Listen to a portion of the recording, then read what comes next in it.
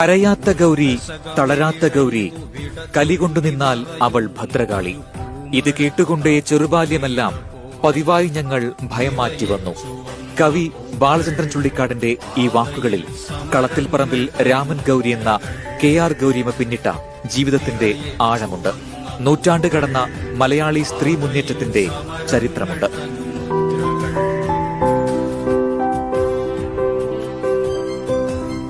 1919 July 14 ആലപ്പുഴയിലെ പട്ടണക്കാട്ടിൽ ജനിച്ച KR Gouriamma BA പഠനത്തിനു ശേഷം തിരുവനന്തപുരം ലോ കോളേജിൽ നിയമപഠനത്തിന് ചേരുമ്പോൾ അതൊരു മുന്നേ നടക്കലായിരുന്നു.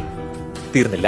തിരുവിതാംകൂർ ദിവാൻ CP രാമസ്വാമി അയ്യർ വച്ചു നീട്ടിയ മജിസ്ട്രേറ്റ് പദവി വേണ്ടെന്ന് വെച്ച് പെൺകുട്ടികൾക്ക് പോരായ്മയായി കണ്ട പൊതുപ്രവർത്തനമാണ് തന്റെ മാർഗമായി തെരഞ്ഞെടുത്തത്. 1948 കമ്മ്യൂണിസ്റ്റ് പാർട്ടിയുടെ ഔദ്യോഗിക അംഗത്വം. 1957 ഐക്യ കേരളത്തിന്റെ ആദ്യ മന്ത്രിസഭ EMS നമ്പൂതിരിപ്പാടിന്റെ നേതൃത്വത്തിൽ അധികാരമേറ്റപ്പോൾ റവന്യൂ എക്സൈസ് വകുപ്പ് മന്ത്രിയായി.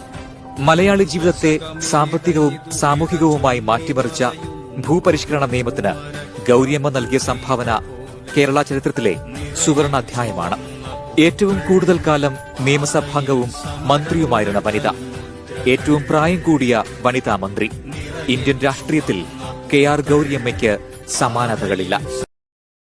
Download ShareChat.